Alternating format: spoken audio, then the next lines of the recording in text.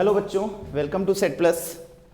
कैसी चल रही है आपकी पढ़ाई? आपने पहला वीडियो होप्सो की अच्छे से देख लिया होगा और अच्छा खासा उस पर व्यू भी आया है। मुझे लगता है कि सबने अच्छे से देखा होगा।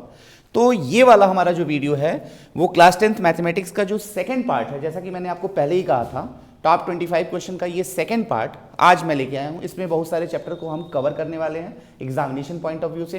तो चलिए बेटा स्टार्ट करते हैं हम लोग। क्विक रिवीजन आपका बाकी के बचे हुए कुछ क्वेश्चंस का या चैप्टर का ही है, ठीक है। चलिए, तो आज का जो पहला क्वेश्चन मेरा होने वाला है, ये देखिएगा क्वेश्चन क्या लिखा है इसमें। अब जैसे ये क्वेश्चन आप पढ़ेंगे तो आप में से मैक्सिमम लोग समझ गए कि ये क्वेश्चन आपका है ट्रायंगल सिमिलरिटी का।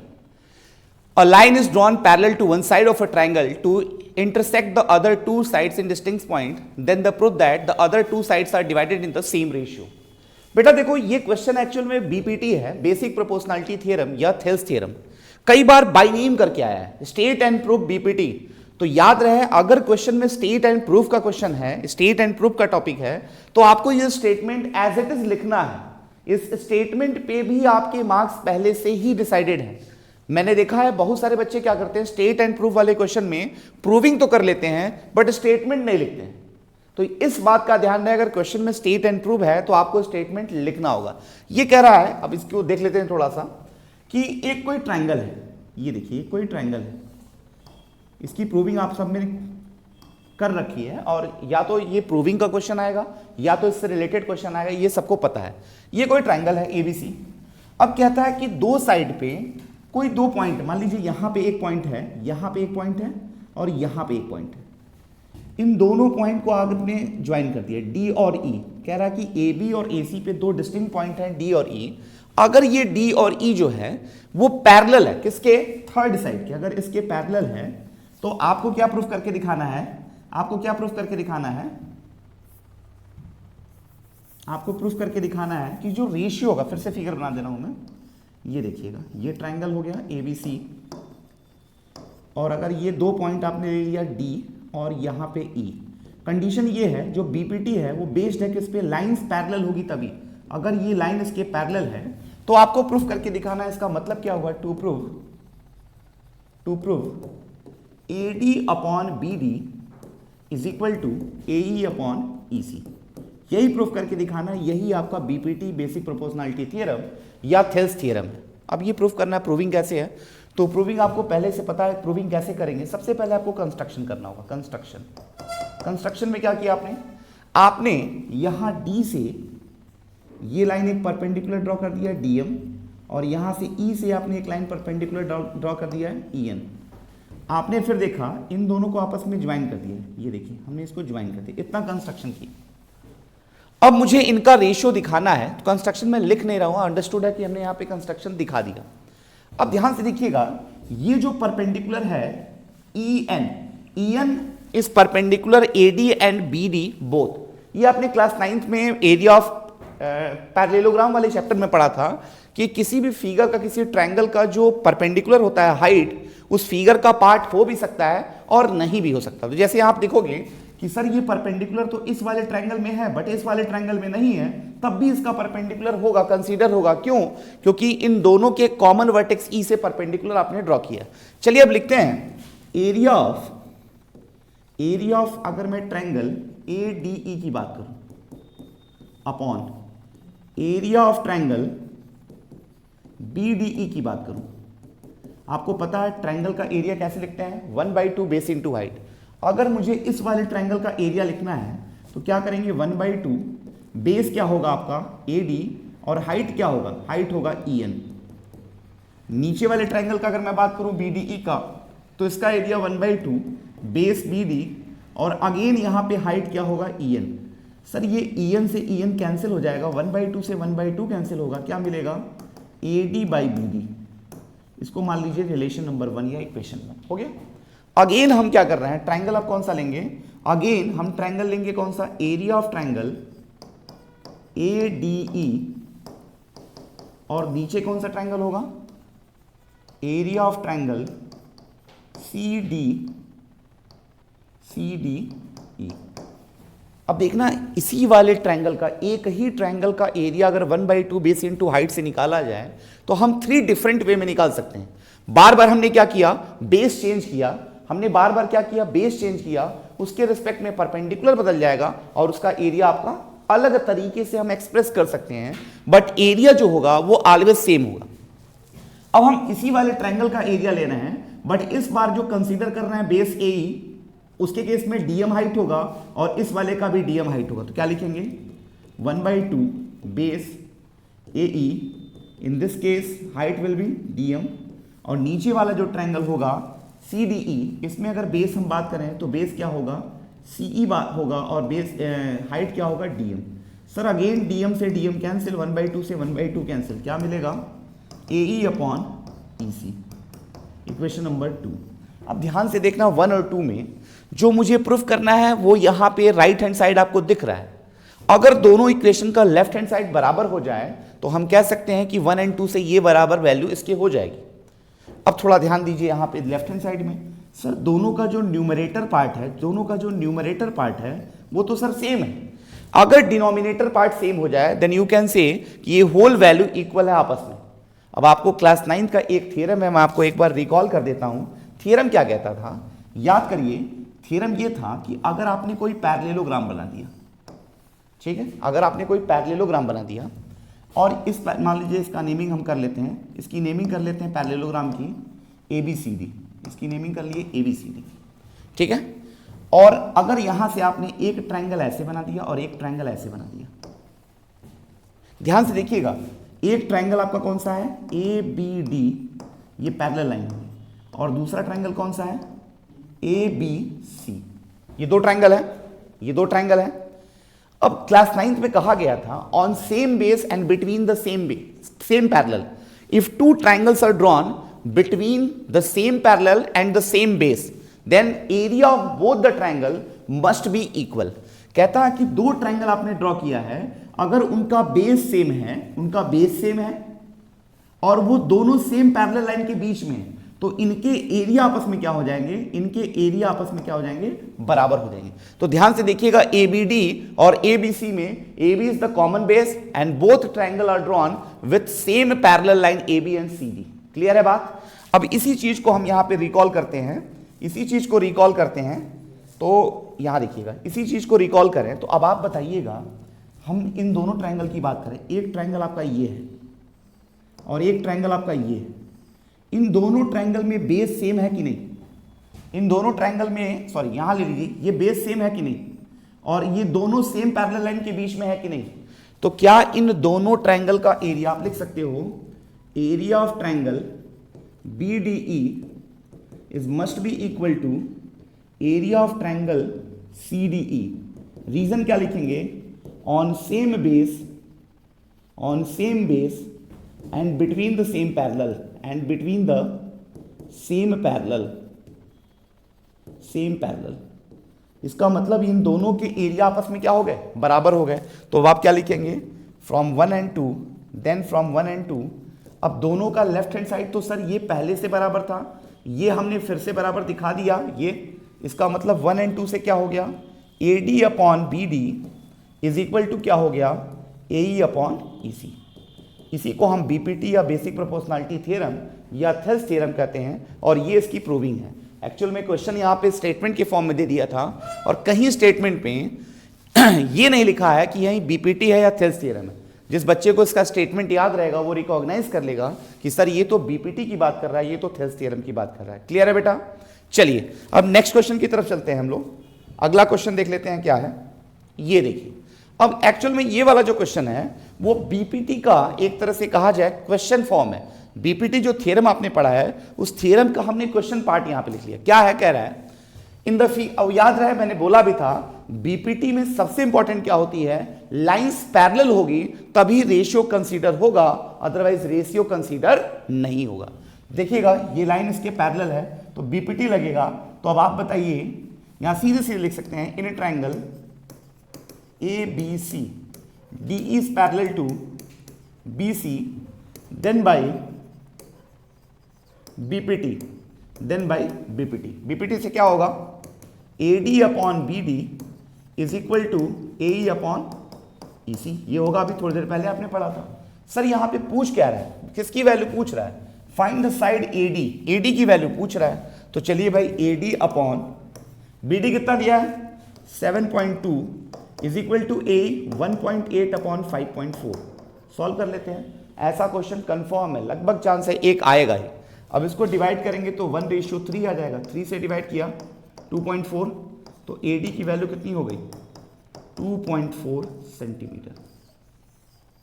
ठीक है बेटा, चलिए फिर नेक्स्ट देख लेते हैं अगला क्वेश्चन क्या है। अगला क्वेश्चन ये कह रहा है कि ABC and PQR, triangle ABC and PQR, this symbol indicate similarity. ये दोनों ट्रायंगल सिमिलर हैं, तो perimeter of triangle ABC is 32 centimetre, perimeter of PQR is 48 centimetre, PR is 6 centimetre, then find the length of AC।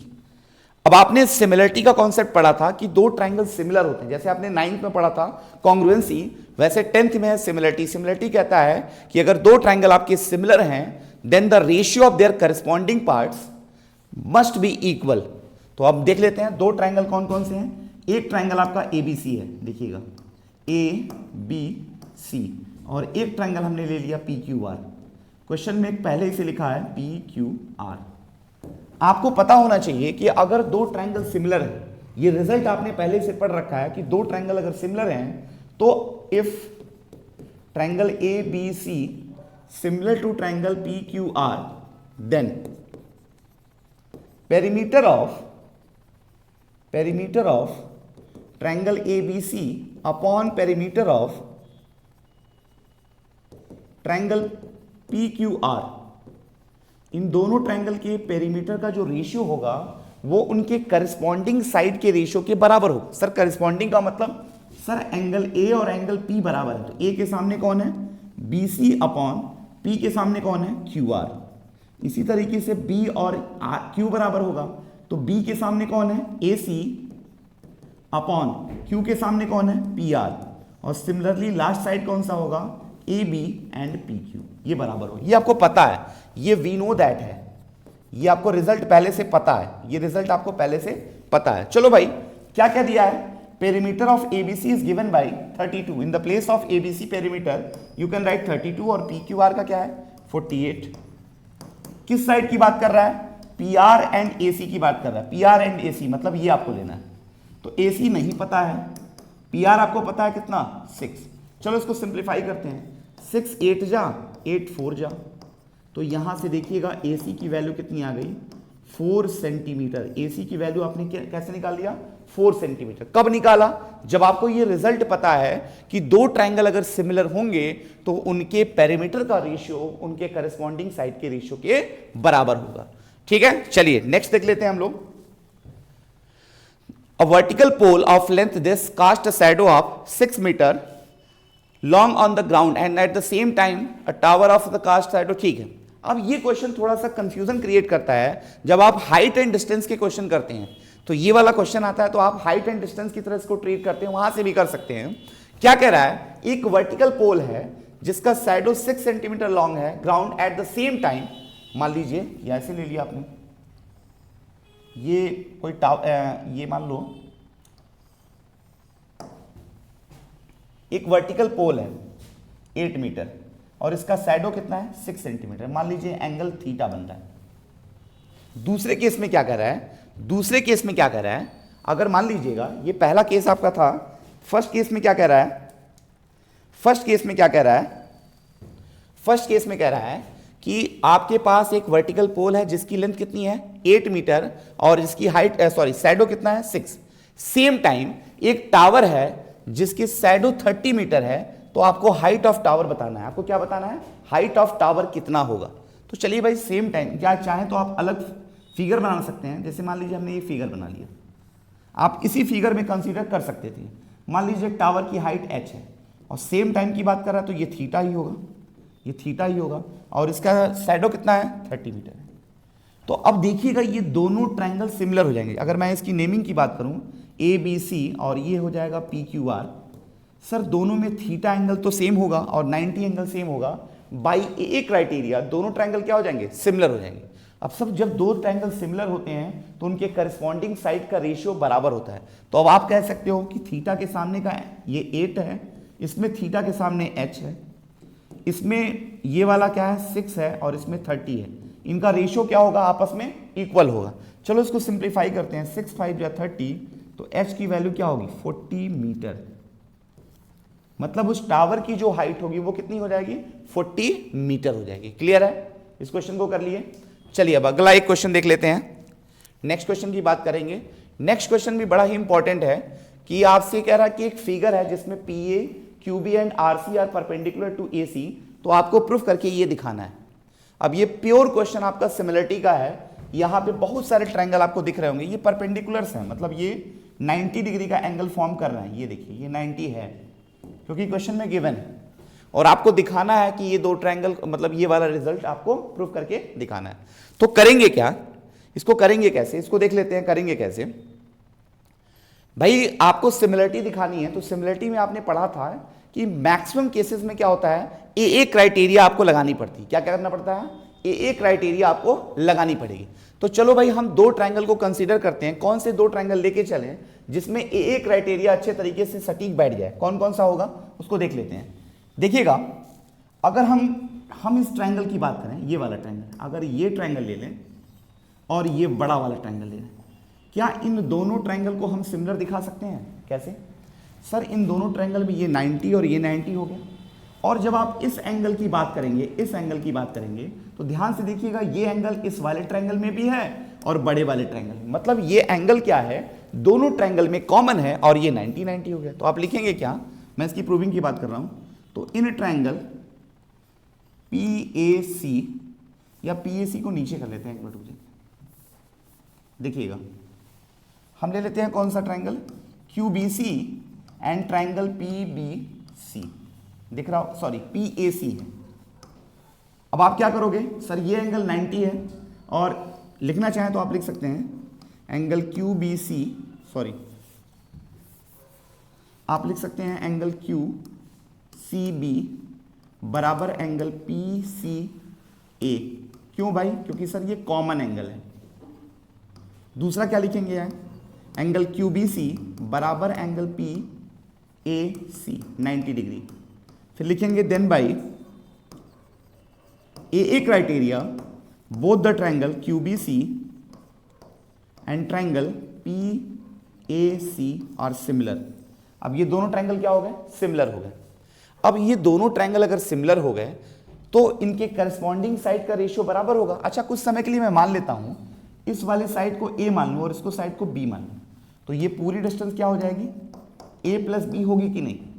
ठीक, चलिए ले लेते हैं। अब ये C के सामने छोटे वाले ट्रायंगल में कौन सी साइड है, इस एंगल के सामने छोटे वाले ट्रायंगल में कौन सी साइड है, Y अपॉन, सर बड़े वाले में कौन है, X बराबर, सर ये एंगल और ये एंगल बराबर होगा ना, तो इसके सामने कौन है, A है, और इसके सामने ये पूरी लेंथ कितनी है, A प्लस B है। इक्वेशन नंबर 1 चलेगा, इक्वेशन नंबर 1 चलेगा। अब आप सिमिलरली क्या कर सकते हैं, अगर हम सिमिलरली बात करें, इसको इरेज कर रहा हूं, अब मैं सिमिलरली बात करूं,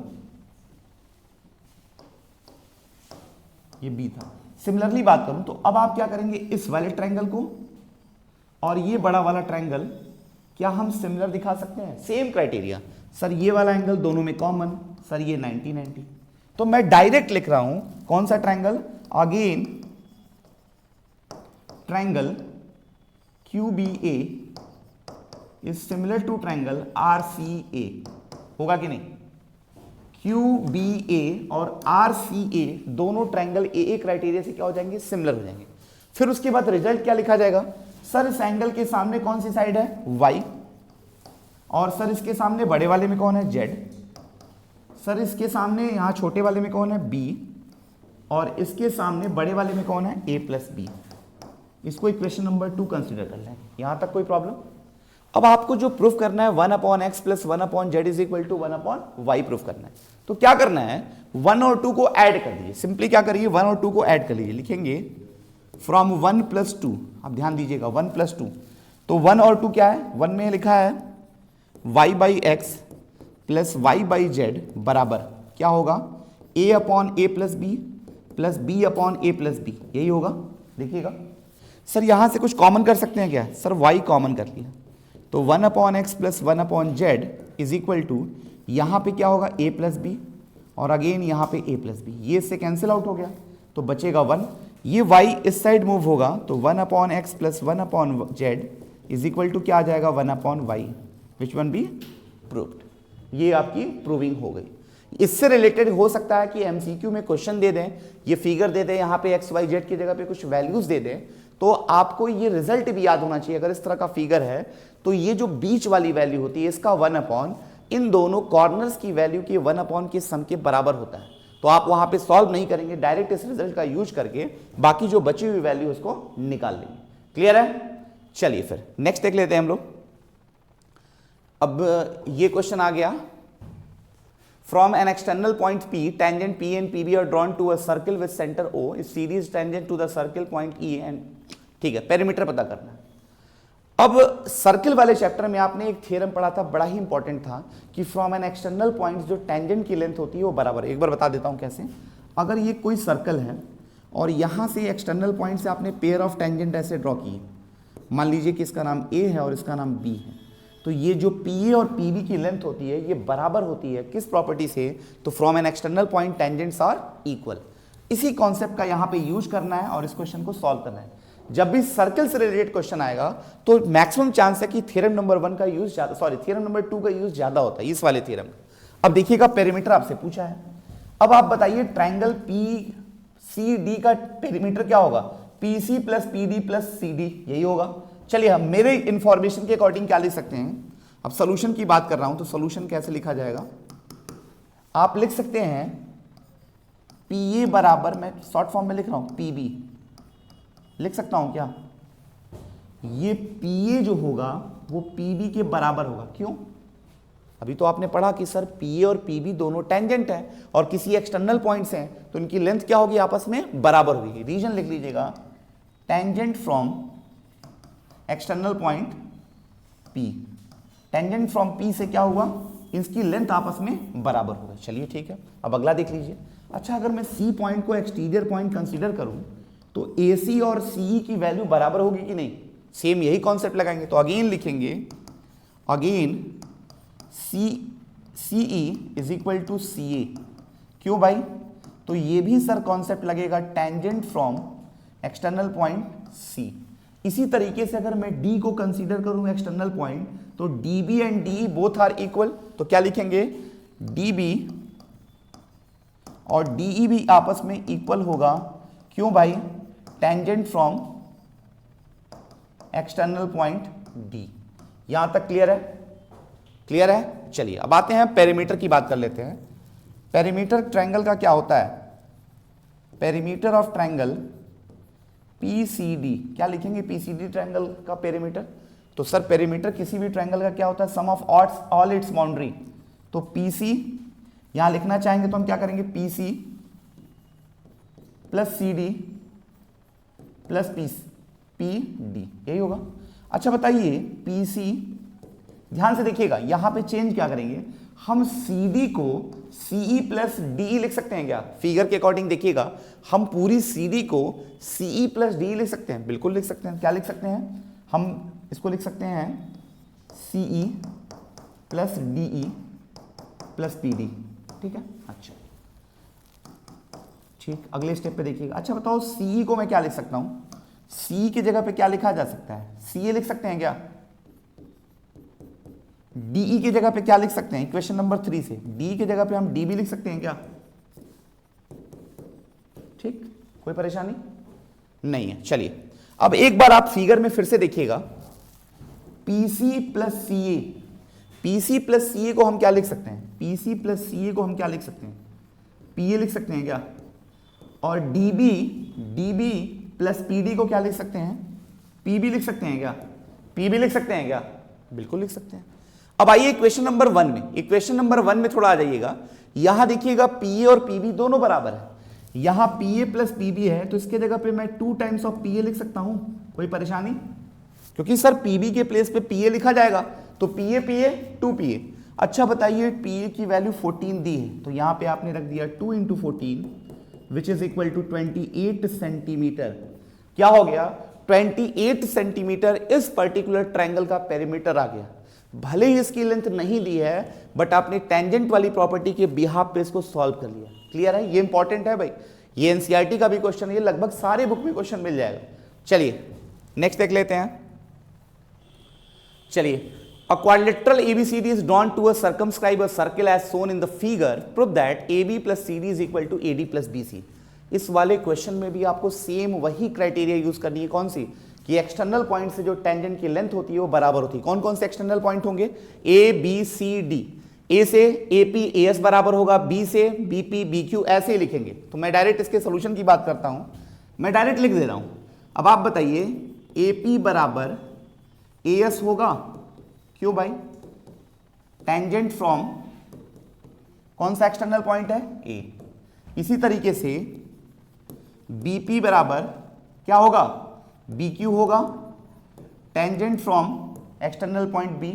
इसी तरीके से CQ बराबर CR होगा, क्यों भाई? Tangent from C। And last one DR बराबर DS होगा, क्यों भाई? Tangent from external point D। इतना लिख लिया आपने प्रॉपर्टी के बिहाफ पे। हमको जो प्रूफ करना है, हम एक बार इस प्रूविंग का लेफ्ट हैंड साइड स्टार्ट करेंगे और राइट हैंड साइड दिखा देंगे, देन हमारी प्रूविंग कंप्लीट हो जाएगी। चलिए हम प्रूविंग के LHS की बात करते हैं। LHS में क्या लिखा है? AB plus CD। क्या लिखा है? हम यहां से स्टार्ट करके हम अगर दिखा दें AD प्लस BC तो ये प्रूविंग कंप्लीट हो जाएगी। अच्छा आप बताइए AB प्लस CD लिखा है, तो थोड़ा फिगर में आ जाइएगा। AB प्लस CD कहां पे है? तो सर ये वाली पूरी लेंथ AB है और ये पूरी लेंथ CD है। अच्छा आप बताइए AB को हम क्या लिख सकते हैं according to the figure? Sir आप लिख सकते हैं AP प्लस PB। और सिमिलरली CD को हम क्या लिख सकते हैं? CR प्लस DR लिख सकते हैं क्या? CR प्लस DR लिख सकते हैं क्या? कोई परेशानी किसी को नहीं है। आपने 4 डिफरेंट इक्वेशन को यहां पे सॉल्व करके रखा है। 4 डिफरेंट इक्वेशन आपने पहले से सॉल्व करके रखा है, तो अब आप इन इक्वेशन का यूज करिए। अब आप बताइए AP की जगह पे हम क्या रख सकते हैं? AS रख सकते हैं, बिल्कुल। BP की जगह पे क्या रख सकते हैं? BQ रख सकते हैं। DR की जगह पे क्या रख सकते हैं? DR के प्लेस पे आप DS रख सकते हैं। एंड सिमिलरली CR के प्लेस पे आप क्या रख सकते हैं? CQ रख सकते हैं। कोई परेशानी किसी को? अब यहां पे पेयरिंग कर लीजिए। पेयरिंग कैसे करना है? हमने पेयरिंग किया, AS और DS को एक पास लाया, AS प्लस DS एक पास आ गया। कोई परेशानी आपको? और BQ प्लस CQ को एक पास लाइए, कोई दिक्कत नहीं है। अब एक बार फिर से फिगर में देखिएगा, फिगर में AS प्लस DS है क्या? AS प्लस DS है क्या? तो सर ये तो पूरा AD दिख रहा है। और BQ प्लस CQ क्या है? BQ प्लस CQ है क्या? सर ये तो BC है। अब आप बताइए, क्वेश्चन की स्टार्टिंग आपने LHS से की थी AB प्लस CD से, और आपने दिखा क्या दिया? AD plus BC। तो ये क्वेश्चन की प्रूविंग हो गई, कंप्लीट हो गई। चलिए सर, ये इंपॉर्टेंट है, इस कॉन्सेप्ट से रिलेटेड क्वेश्चन सर्कल से जरूर ही आएगा, या तो वैल्यू बेस्ड आ सकता है या तो प्रूविंग का। हर बार मैंने पहले ही कहा था, इस थ्योरम का इंपॉर्टेंट यूज है कि एक्सटर्नल पॉइंट से जो टेंजेंट होती है उसकी लेंथ क्या होती है? आपस में बराबर होती है। ठीक है, नेक्स्ट देख लेते हैं। नेक्स्ट फिर वही वाला कॉन्सेप्ट आ गया है कि in the given figure a circle inscribed in it ABC touches side AB BC AC at the point D E and F respectively। ये लेंथ दिया है और आपसे पूछा है कि AD BE और CF की वैल्यू पूछ रहा है। फिर वही कौन आप कर क्या सकते हैं, जब इस तरह का क्वेश्चन देगा तो आप एक चीज कर सकते हैं क्या, कि एक्सटर्नल पॉइंट से जो लेंथ होगी वो आपस में बराबर होगी। एक्सटर्नल पॉइंट से लेंथ क्या होगी? बराबर। जैसे हम यहाँ पे एक्सटर्नल पॉइंट कौन है? A, तो AD और AF बराबर होगा, CF और CE बराबर होगा, BE और BD बराबर होगा। इसको लिख लेते हैं, मैं डायरेक्ट यहां पे लिख दे रहा हूं AD बराबर AF। उसके बाद क्या लिख सकते हैं? AD बराबर AF हो गया। उसके बाद क्या लिख सकते हैं? BD बराबर क्या लिख सकते हैं? BE लिख सकते हैं। उसके बाद क्या लिख सकते हैं? CF बराबर CE लिख सकते हैं। ये इक्वेशन 1 है, इक्वेशन 2 है और ये इक्वेशन 3 है। आप यहां पे लिख लीजिएगा टेंजेंट फ्रॉम ये A होगा, ये B होगा और ये क्या हो जाएगा? टेंजेंट फ्रॉम C हो। इतनी बात आपने पिछले 3 क्वेश्चन में ऐसा ही किया है, देख लिया। अब एक्चुअल में सर ये पूरी लेंथ दिया है और हमसे क्या पूछा है? हमसे AD BE और CF की वैल्यू पूछा है। तो अब हम क्या करते हैं, इसको सपोज कर लेते हैं X। हमने क्या किया, इस AD की वैल्यू X सपोज कर ली। देखिएगा अब इस क्वेश्चन का जो वैल्यू है ना, वो वैल्यू देखो कितनी आसानी से निकल रहा है। केवल इसी कॉन्सेप्ट का यूज करते हुए इस क्वेश्चन का वैल्यू कैसे निकालते हैं देखिएगा। हमने एडी को एक्स मान लिया, फिगर में आ जाइए। हमने एडी, इसको पहले पेश कर लेते हैं। देखिएगा हमने क्या किया, एडी की वैल्यू एक्स मान लिया। अब अगर ये एक्स है तो ये भी एक्स होगा, ऑब्वियस सी बात है, क्योंकि एक्सटर्नल पॉइंट से ये जितनी है उतनी ये भी होगी कि नहीं। सर ये टोटल 12 है, केवल फिगर देखिए, आंसर आप फिगर में ही लिख लेंगे। सर ये टोटल 12 है, ये x है तो ये कितना होगा 12 माइनस एक्स होगा कि नहीं, 12 माइनस एक्स होगा कि नहीं। सर पूरी लेंथ 12 है, थोड़ा सा पार्ट x है तो remaining part must be equal to whole minus this part. अच्छा अगर ये 12 माइनस एक्स है तो ये भी 12 माइनस एक्स होगा कि नहीं। एक्सटर्नल पॉइंट से जो टेंजेंट होगा बीई और बीडी आपने कंसीडर कर लिया कि दोनों बराबर होंगे। सर अगर ये पूरा 10 है, ये x है तो ये कितना होगा 10 माइनस एक्स, तो ये भी 10 माइनस एक्स होगा कि नहीं, ये भी 10 माइनस एक्स होगा कि नहीं। अच्छा अब आप बताइए जो BC है उस BC को हम क्या लिख सकते हैं, BE प्लस सी लिख सकते हैं क्या, BC को BE प्लस सी लिख सकते हैं क्या, BE प्लस सी लिख सकते हैं क्या, बताइए लिख सकते हैं। अब पूरी BC की लेंथ कितनी है 8 है, पूरी BC की लेंथ 8 है, B की वैल्यू कितनी है 12 माइनस एक्स है, और C की वैल्यू कितनी है 10 माइनस एक्स है। चलिए इसको सॉल्व करके हम x की वैल्यू निकाल लेते हैं। जब x की वैल्यू आ जाएगी तो बाकी जिसकी वैल्यू की रिक्वायरमेंट होगी उन सारी वैल्यूज को x के फॉर्म में हमने पहले से कंसीडर कर लिया। चलो सिंप्लीफाई करते हैं, तो 8 इज इक्वल टू ये हो जाएगा 22 माइनस 2x, तो 2x इज इक्वल टू क्या होगा 22 minus 8 which is equal to 14।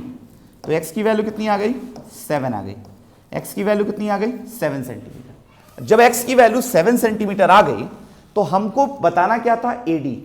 अब आप बताइएगा AD क्या था x which is equal to 7 centimetre. एक बार कैलकुलेशन फिर से देख लीजिएगा, हमने यहाँ पे 12 माइनस एक्स और ये 10 माइनस एक्स रख दिया, 12 और 10 कितना हो गया 22 माइनस 2x को इधर ट्रांसफर किया, 8 इधर आ गया, 22 माइनस 8 कितना होता है 14, 2 से डिवाइड किया तो 7 आ गया। अब दूसरा क्या पूछ रहा है, दूसरा पूछ रहा है आपसे BE। अब आप बताइए सर BE की वैल्यू क्या होगी, BE कहां पे है भाई, BE 12 माइनस एक्स है, BE क्या है 12 माइनस एक्स है। तो सर 12 में से x 7 को माइनस करेंगे क्या आएगा 5 सेंटीमीटर। एंड लास्ट वन क्या है,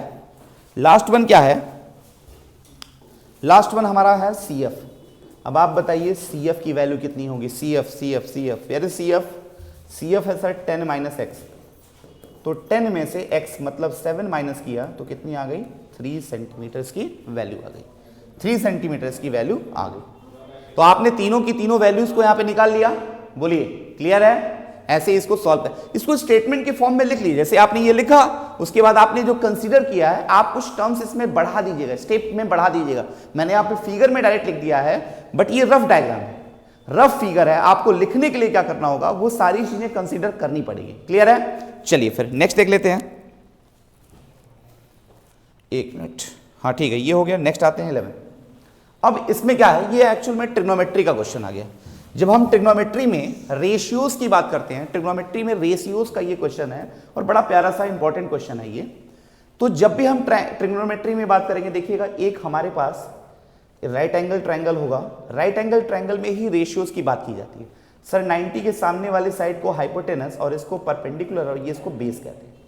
सर tan थीटा, इस क्वेश्चन को सॉल्व करने का दो तरीका होगा। अगर भाई tan थीटा की वैल्यू a/b है तो tan थीटा आपको पता है क्या होता है, tan theta is equal to perpendicular upon base होता है। क्या होता है भाई, परपेंडिकुलर अपॉन बेस होता है। ये परपेंडिकुलर हो गया, ये बेस हो गया। अब हाइपोटेनस आप निकाल सकते हैं यूजिंग पाइथागोरस। सर तीनों साइड आपको पता चल जाएगा, तीनों साइड आपको पता चल गया, तीनों साइड आपको पता चल गया। अब जिसकी वैल्यू निकालनी है निकाल दीजिए। साइन थीटा क्या होता है, परपेंडिकुलर अपॉन हाइपोटेनस होता है। कॉस थीटा क्या होता है, बेस अपॉन हाइपोटेनस। रख के सिंप्लीफाई कर लीजिए। ये थोड़ा सा जैसे कहा जाए कि थोड़ा सा नॉर्मल अप्रोच होगा।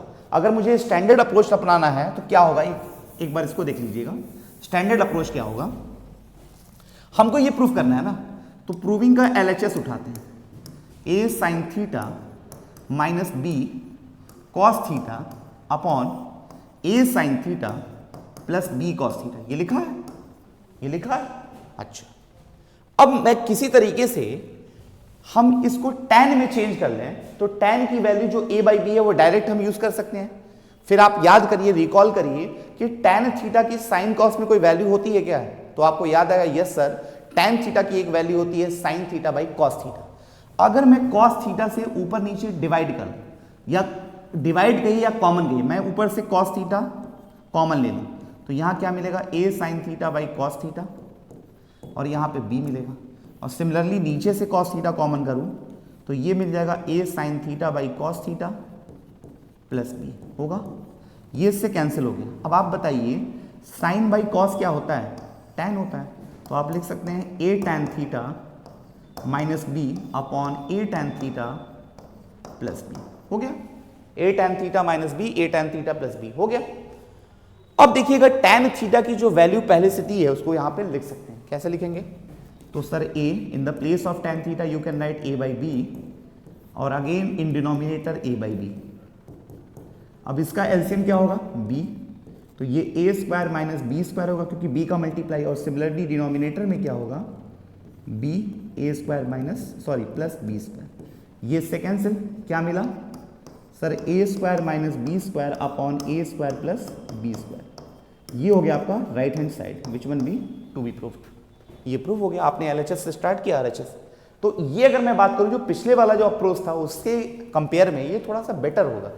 ठीक है, इसमें आपने कुछ अलग कॉन्सेप्ट यूज किया है और इसके पहले वाला जो था वो नॉर्मल अप्रोच था कि आपने तीनों साइड की वैल्यू निकाली और उसमें एज इट इज वैल्यू को पुट कर लिया। चलिए नेक्स्ट देख लेते हैं। tan a plus B is equal to root three, tan a minus B is equal to 1 by root three, और यहां पे कंडीशन दिया कि a प्लस बी की वैल्यू 0 से बड़ी है, 90 से बराबर या छोटी है। a और b की वैल्यू बतानी है। जब भी इस तरह के क्वेश्चन आपके पास आ जाएं तो एक बात का ध्यान दीजिएगा, क्या? ये सॉल्व तभी होगा जब दोनों साइड सेम रेशियोज हो जाए। जैसे यहां पे लिखा है कि tan a प्लस बी बराबर रूट थ्री। ये सॉल्व तभी होगा अगर ये tan का एंगल है तो ये भी tan का कोई एंगल होगा, तब हम कंपेयर करेंगे। फिर मैं आपसे पूछूंगा, आप बताइए क्या tan के टेबल में रूट थ्री कहीं आता है क्या? किसी एंगल की वैल्यू रूट थ्री होती है?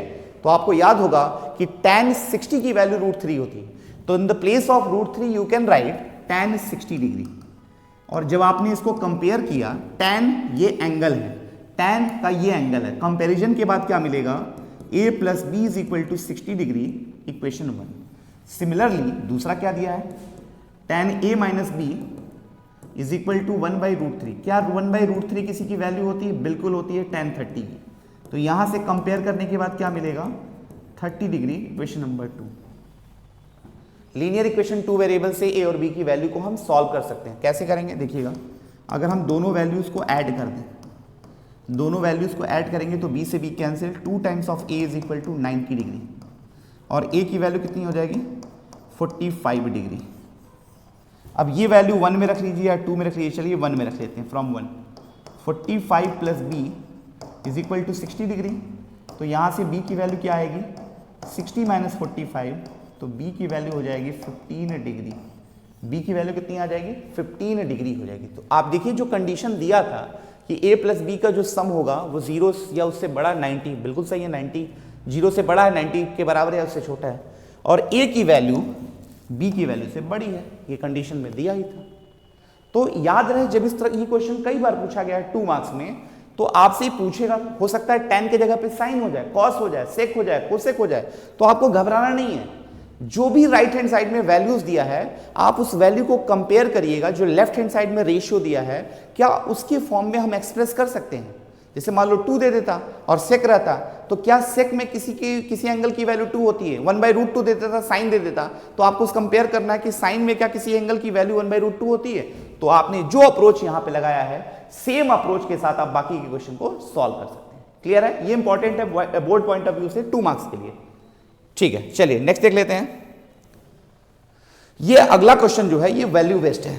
वैल्यू बेस्ड होने का मतलब एक क्वेश्चन कंफर्म एग्जाम में आपसे वैल्यू बेस्ड पूछा जाएगा। अगर आपको वैल्यू पता है तो 1 से 2 नंबर, हो सकता है एमसीक्यू में भी आ जाए और डिस्क्रिप्टिव में भी आपसे पूछा जाए कि वैल्यू बेस्ड क्वेश्चन आपको करना है। आपको वैल्यू पता रहेगी, वैल्यू को पुट करना है और सिंप्लीफाई करना है, आफ्टर दैट जो आपका सोल्यूशन आ जाए। जैसे लिखा है 2 tan 45, तो आप पहले वैल्यूज को लिख लीजिए। याद रहे एक बात और ध्यान दीजिएगा, ये जो स्क्वायर हुआ, क्यूब हुआ, वो जो वैल्यू, जैसे मान लो कि tan स्क्वायर 45 है, तो tan स्क्वायर 45 का मतलब हुआ tan 45 की जितनी वैल्यू है उसका स्क्वायर करना है। वैल्यू पे वो पावर डिस्ट्रीब्यूट होता है। तो अब देखिएगा tan 45 की वैल्यू मुझे पता है 1 का स्क्वायर प्लस cos 30 की वैल्यू कितनी होती है √3/2 इसका स्क्वायर, sin 60 की वैल्यू कितनी होती है √3/2 स्क्वायर। कर दिया, कैलकुलेशन एक बार चेक कर लीजिएगा, ठीक है, लिख दिया। अब भाई इसको सॉल्व करने की जरूरत ही नहीं है, क्योंकि ये दोनों वैल्यू आपस में क्या है, अगर मैं इन दोनों वैल्यूज की बात करूं, सर ये दोनों वैल्यू क्या है, आपस में इक्वल है, इसको कैंसिल कर दीजिए, क्या मिलेगा सर 2 × 1, आंसर आपका 2 आ गया। कोई जरूरी नहीं यही क्वेश्चन आएगा, बट इससे रिलेटेड एक क्वेश्चन कंफर्म है, एमसीक्यू या डिस्क्रिप्टिव में आपसे पूछा जाएगा, और वैल्यू अगर आपको याद है पूरी तो डेफिनेटली आप इसको सॉल्व कर लेंगे, इसमें कोई दिक्कत नहीं होगी। चलिए नेक्स्ट देख लेते हैं।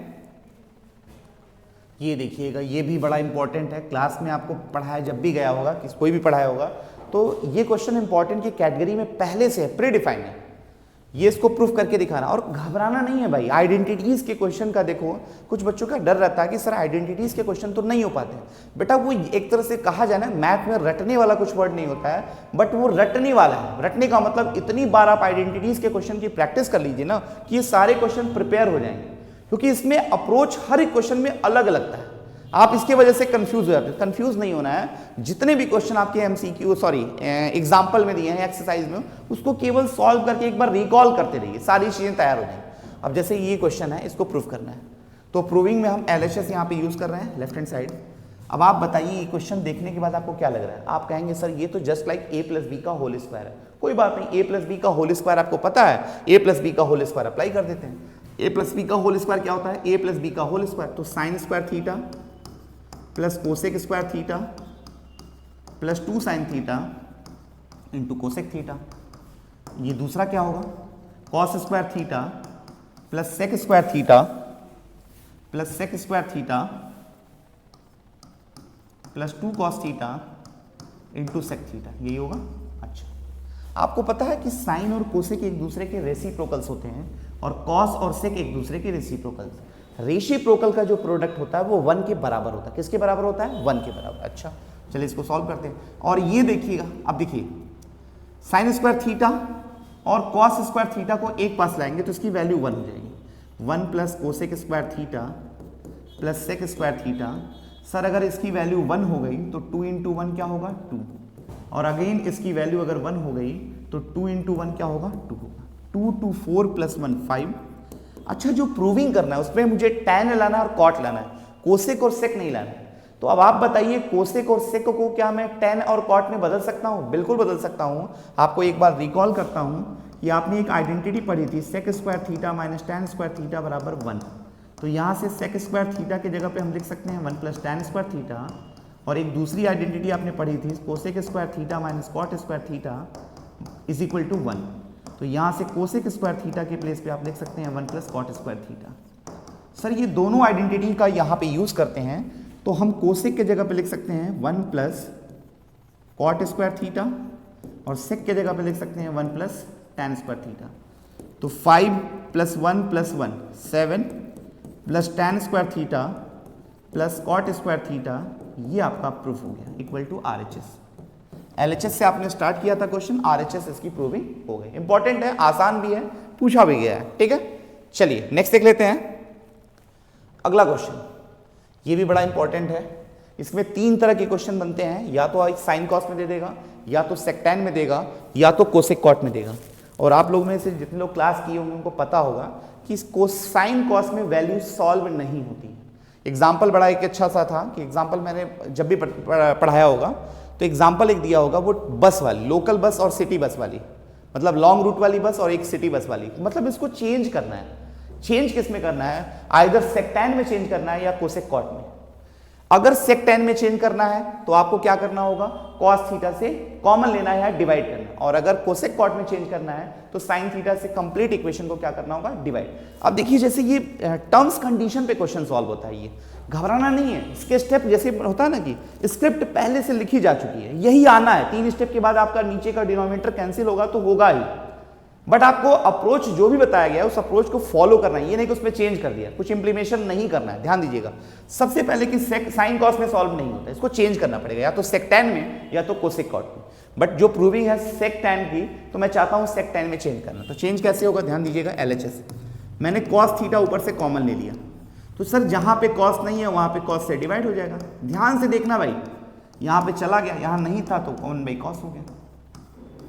सेम कॉस थीटा से आपने डिनोमिनेटर में डिवाइड कर दिया, तो ये मिलेगा 1 plus sine theta by cos theta minus 1/cos theta.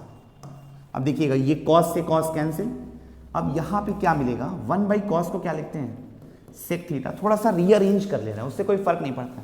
Sign by cos क्या होता है, टैन थीटा माइनस 1, और डिनोमिनेटर में क्या होगा, 1 plus tan theta minus sec theta होगा। इतना लिख दिया, चेंज कर लिया। मैंने कहा था बिना चेंज किए क्वेश्चन सॉल्व नहीं हो, लिख दिया। अब आप देखिएगा स्क्रिप्ट के अकॉर्डिंग, ये तो एक्स्ट्रा वर्क था, चेंज करना। बाकी अगर क्वेश्चन सेक टैन या कोसेक कॉट में होता तो वहां चेंज करना नहीं था, वहां पे आपको यही मिल जाता।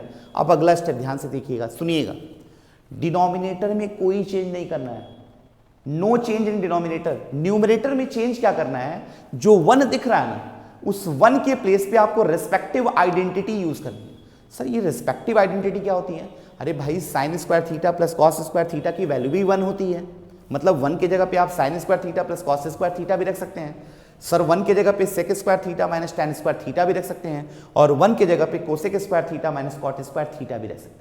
लेकिन मैंने एक वर्ड यूज किया रिस्पेक्टिव। रिस्पेक्टिव का मतलब आपका इक्वेशन जिस आइडेंटिटी में है, सेक टैन में है तो सेक टैन वाली आइडेंटिटी रखिए, कोसेक कॉट है तो कोसेक कॉट वाली, सेक टैन में है तो इस 1 की जगह पे क्या रखेंगे, सेक टैन वाली आइडेंटिटी। कैसे, sec theta plus tan theta माइनस इस 1 की जगह पे लिख सकते हैं sec square theta minus tan square theta. और सर डिनोमिनेटर में जैसे मैंने पहले ही कहा था आपको चेंज नहीं करना, तीसरे स्टेप आते आते डिनोमिनेटर खत्म हो जाएगा। अब इसको थोड़ा सिंप्लीफाई करें, sec theta plus tan theta, अच्छा A square minus B square से क्या होगा, in 1 bracket sec theta plus tan theta, और दूसरे ब्रैकेट में क्या होगा, sec theta minus tan theta, और यहाँ डिनोमिनेटर में जैसे था वैसे रख दिया। अब वो समय आ गया है कि डिनोमिनेटर कैंसिल आउट हो जाएगा।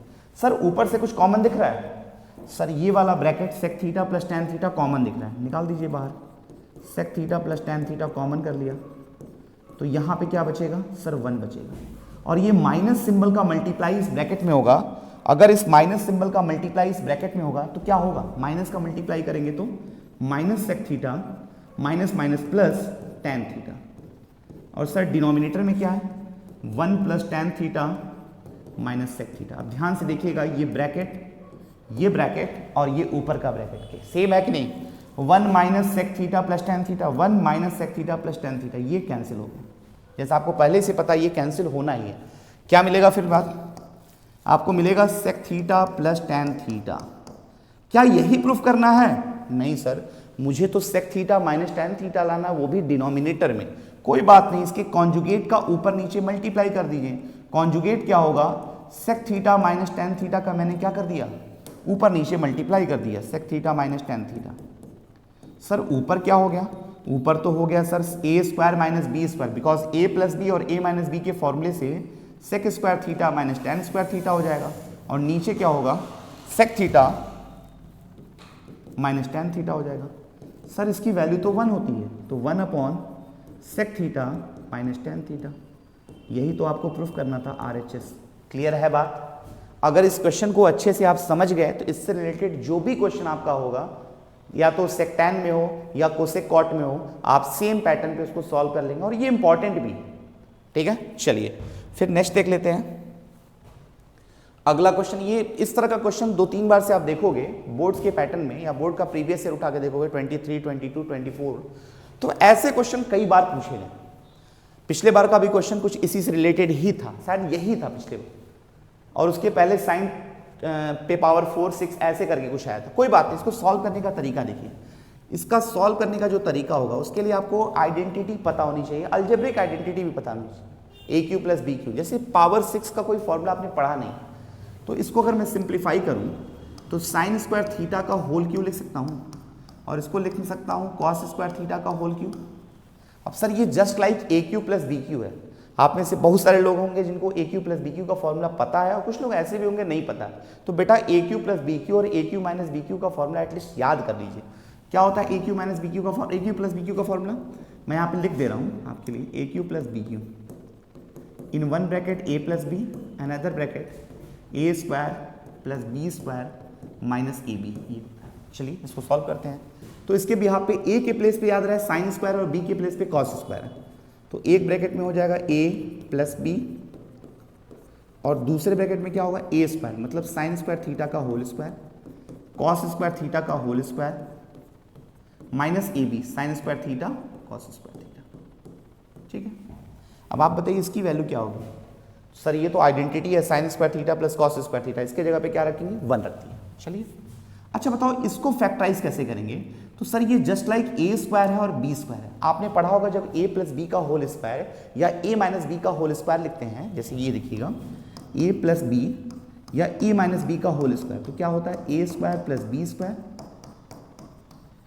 मतलब अगर कहीं A square plus B square plus 2ab या माइनस 2ab हो तो उसके प्लेस पे ए प्लस बी या ए माइनस बी का होल स्क्वायर लिख सकते हैं।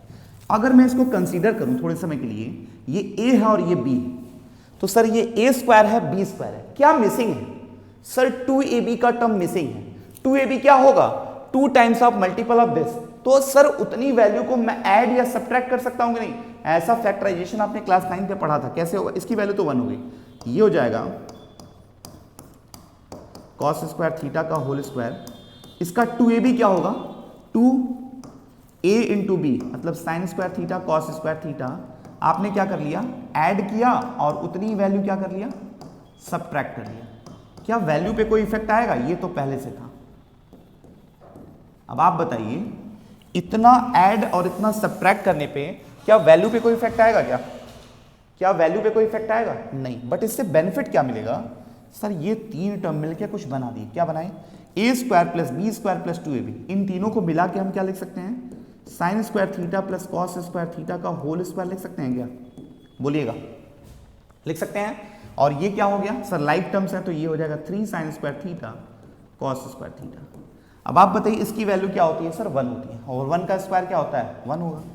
तो ये 1 minus 3 sine square theta cos square theta हो गया which is equal to RHS। देखिएगा लेफ्ट हैंड साइड से स्टार्ट किया था, RHS आप चले गए, प्रूफ हो गया।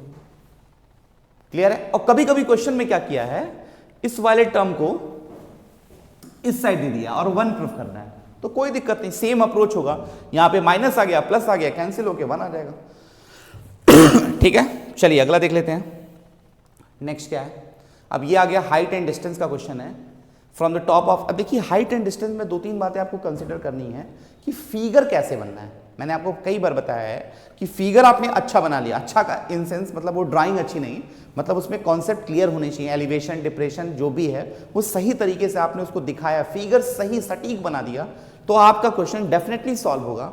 और अगर आपने कहीं गलती से फिगर गलत बना दिया तो फिर उस केस में मान के चलिए कोई क्वेश्चन आपका सही नहीं होना। एलिवेशन और डिप्रेशन के बारे में आपको पता है कि ऑब्जेक्ट और ऑब्जर्वर है। अगर ऑब्जेक्ट ऑब्जर्वर के ऊपर है, मतलब हम यहाँ खड़े हैं और ऊपर हम किसी चीज को देख रहे हैं, इन दैट केस एलिवेशन बनेगा। और यही दूसरा होगा, ऊपर से कोई आदमी मुझे देख रहा है तो उसका मतलब वो ऑब्जर्वर है और उसके लिए हम ऑब्जेक्ट हैं, तो वो मुझे नीचे देखेगा, इन दैट केस डिप्रेशन बनेगा। अब यहाँ ध्यान दीजिएगा, अब हम पूरा डीप नहीं बता रहे हैं, क्वेश्चन की बात कर रहे हैं। Top of 7 metre high building, the angle of elevation of the top of a cable tower 60 and the angle of depression of its foot. मतलब यहाँ पे कंफर्म हो गया एक टावर है और एक बिल्डिंग। अब कभी कभी कंफ्यूजन ये रहता है कि सर टावर बड़ा है कि बिल्डिंग बड़ी, तो उसको डेली लाइफ से कंपेयर मत करिएगा। इस क्वेश्चन में कहीं ना कहीं हिंट दिया है, और आपको पता है एलिवेशन हमेशा अपने से बड़ी ही, अपने से ऊंची वैल्यू, अपने से बड़ी वैल्यू पे ही बनता है। क्योंकि अगर हम यहां से देख रहे हैं और हमसे कोई ऊपर होगा तभी तो हम एलिवेशन उसके ऊपर देखेंगे। तो ध्यान से देखिएगा, 7 metre high building, the angle of elevation of the top of cable tower. अब यहीं से कंफर्म हो गया कि ये जो केबल टावर है वो बिल्डिंग से ऊपर है। इस बात को अग्री करते हैं कि नहीं, समझ में आ गया कि नहीं? ठीक, क्यों आया? क्योंकि एलिवेशन बन रहा है, अभी जो हमने बताया आपको। तो चलिए इसका पहले डायग्राम बनाते हैं। डायग्राम क्या होगा, एक छोटा सा डायग्राम बनाते हैं। देखिएगा, ये मान लीजिए बिल्डिंग है और ये केबल टावर है। इस बिल्डिंग की हाइट कितनी है? इस बिल्डिंग की हाइट 7 मीटर दी है। यहां से आदमी कोई देख रहा है इसको, तो एलिवेशन कितना बन रहा है भाई 60 डिग्री, ये एंगल 60 डिग्री है। अरे भाई ये अगर 7 है तो ये भी 7 होगा, इसको ए मान लिया, बी मान लिया, सी डी ई। अच्छा अब ये ध्यान दीजिए, इसको एच मान लिया। कुछ बच्चे, ये क्वेश्चन प्रीवियस ईयर में पूछा गया भी है, कुछ बच्चे जब बोर्ड की कॉपी आती है तो उसमें देखा जाता है कि वो बच्चे एच की वैल्यू केवल निकालते हैं। आपसे केबल टावर की पूरी हाइट पूछ रहा है। अब केबल टावर की पूरी हाइट ये होगी ना 7 प्लस एच होगी, इस बात का ध्यान दीजिएगा, केवल एच नहीं होगा। एच तो ये 7 मीटर ऊपर, मतलब हम बिल्डिंग के ऊपर से टावर की हाइट बात कर रहे हैं, एक्चुअली में बिल्डिंग के नीचे से भी तो टावर का कंसीडर करना होगा।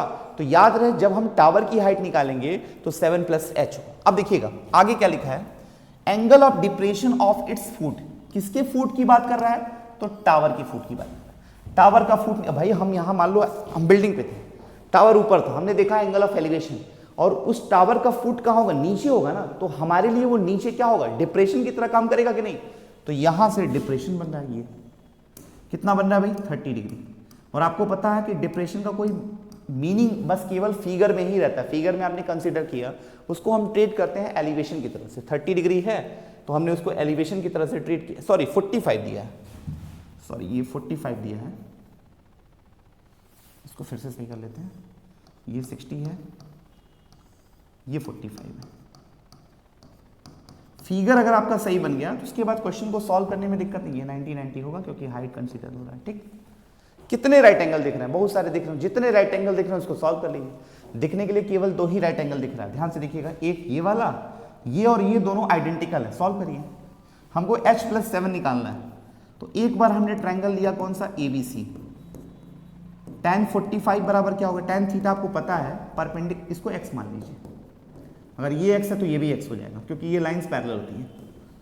तो परपेंडिकुलर 7/बेस x होगा। tan 45 की वैल्यू कितनी होती है, 1 होती है। तो यहां से पता चला x की वैल्यू आ गई 7 मीटर। ठीक है, अब दूसरा कौन सा ट्राइंगल होगा, दूसरा ट्राइंगल होगा ADE। AD आपको दिख रहा होगा, ADE। अब यहां पे हम लगाते हैं, अगर 60 है तो tan 60 बराबर क्या होगा, tan 60 बराबर परपेंडिकुलर x, ये h होगा और ये नीचे बेस क्या होगा, x। tan 60 की वैल्यू √3 होती है और x के जगह पे अभी हमने 7 निकाला था, तो यहां से हाइट क्या होगी 7√3 मीटर। मैंने पहले ही कहा था ना एग्जाम में बच्चे यहीं रुक जाते हैं। अब आप बताइए, फिगर को देख के बताइए, क्या h टावर की हाइट है, नहीं। h कहां से हाइट है, बिल्डिंग के ऊपर से टावर की हाइट है। तो हमको हाइट ऑफ टावर बताना है, height of cable tower, height of जो केबल टावर होगा, केबल टावर होगा वो कितना होगा, h + 7, और h की वैल्यू कितनी है 7√3 + 7। इसको लिखना चाहें तो 7 कॉमन कर सकते हैं, √3 + 1 मीटर। √3 की जगह पे 1.732 करके सिंप्लीफाई करके भी और लिखा जा सकता है। क्लियर है, चलिए फिर अगला देख लेते हैं।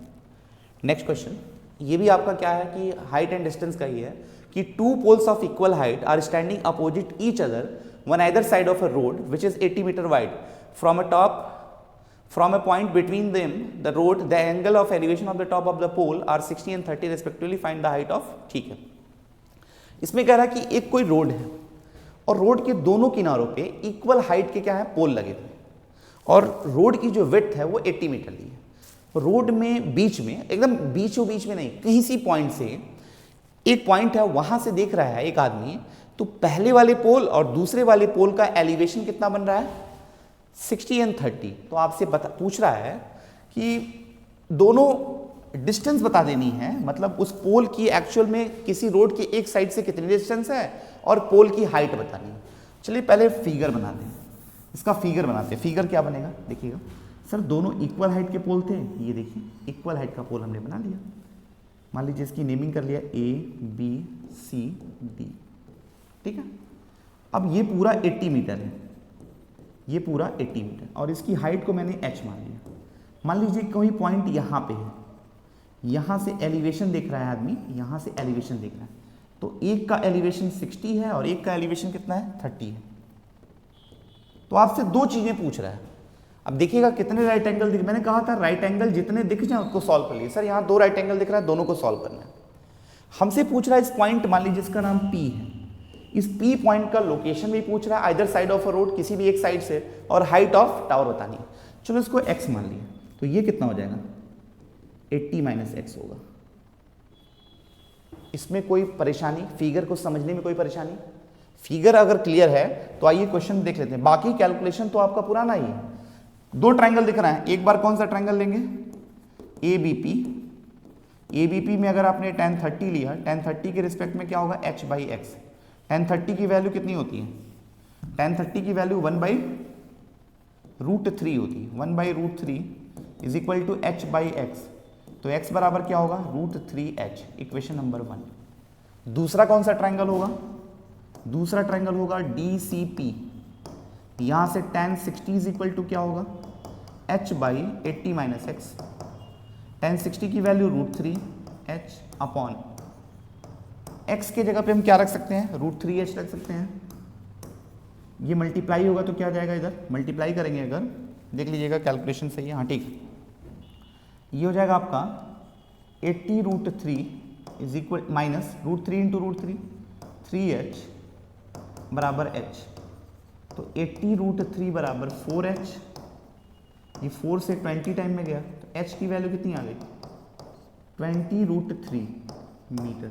√3 की वैल्यू आप रख लीजिएगा, √3 की वैल्यू आप रख लीजिएगा, मतलब 20√3 की वैल्यू 1.732 होती है, और 20 का मल्टीप्लाई करके तो 34.64 ऐसे समथिंग वैल्यू आएगी, वो कर लीजिएगा। मतलब हाइट ऑफ टावर तो सॉरी पोल तो निकल गया।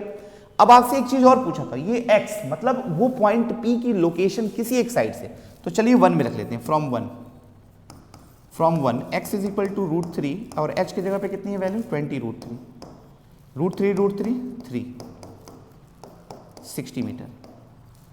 मतलब अगर मैं पॉइंट की बात करूं तो इस साइड से पॉइंट कितना होगा 60 मीटर होगा, और इस पॉइंट से साइड कितना होगा 20 मीटर। मतलब किसी भी साइड से आप दिखा सकते हैं, या तो इस साइड से बात करें या तो इस साइड से। अगर x की वैल्यू 60 है तो इस साइड से 60 मीटर दूर है, टोटल डिस्टेंस 80 थी, 80 - 60 मतलब इधर से 20 होगा, और हाइट ऑफ टावर कितना होगा 20√3 होगा। ठीक है, चलिए फिर अगला देख लेते हैं।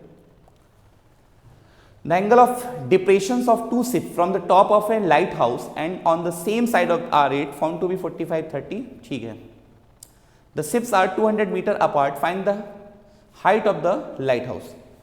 Lighthouse देखा है आपने, Lighthouse अब देखने की जरूरत नहीं है। जैसे सी रीजन में क्या होता है कि मतलब फोर्स क्या करती है, जैसे मॉनिटरिंग करने के लिए वो, या मूवीज में देखा होगा पुराने कि वो जेल और बंद रहती है तो उसमें एक लाइट लेके ऐसे घुमाया जाता है चारों तरफ, ऊपर टावर टाइप में है, वहां पे बैठा हुआ है आदमी, देख रहा है कि हाँ चारों तरफ से कोई जा नहीं रहा, उस टाइप की बात हो रही है। तो ऐसे सी को क्या करें मॉनिटर करने के लिए, शिप को मॉनिटर करने के लिए सी में ऐसे बना होता है। तो उससे कोई फर्क नहीं है कि हमको बनाना है।